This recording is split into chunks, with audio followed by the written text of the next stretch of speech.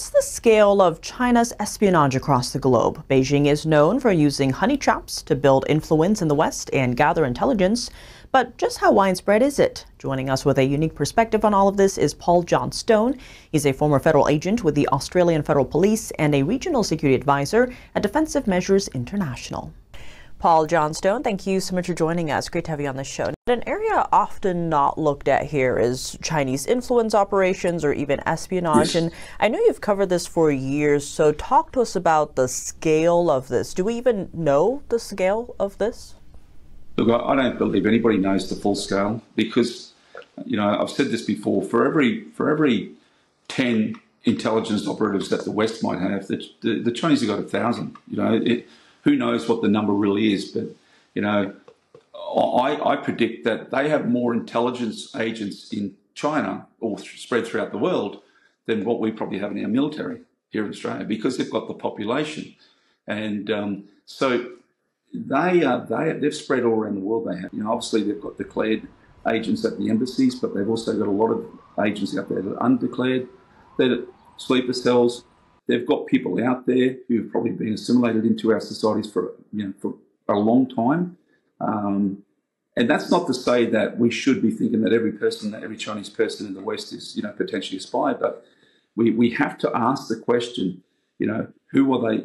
Are they being influenced? Because a lot of these people unwillingly are being threatened by the CCP because they may have family back in the mainland. So, you know, when it comes to intelligence gathering, it doesn't necessarily need to be a trained intelligence operative. They can, with the way that the CCP works, they can influence students at any university anywhere in the world by simply saying to them that if you don't get this information, or if you don't try to obtain this information, you know, it could have grave consequences on your family back in the mainland.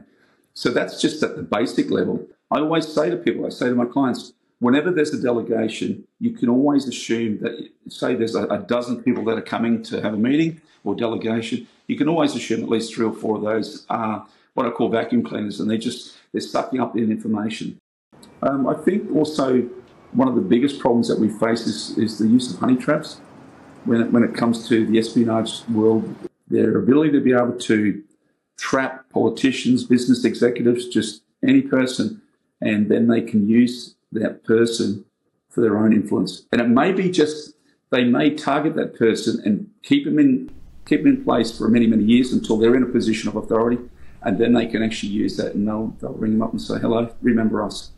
Now it's time to work for us. Because it could be because they've been compromised, they've been blackmailed. I tell a lot of my clients all the time, you know, again, when you travel to China, you must expect that every hotel room you walk into, no matter what rating it is, you're being watched, you're being monitored, you're being surveyed. And people are quite surprised when I tell them this, and I say to them all the time, because people say, what can they get from me? What would they want to be interested in me?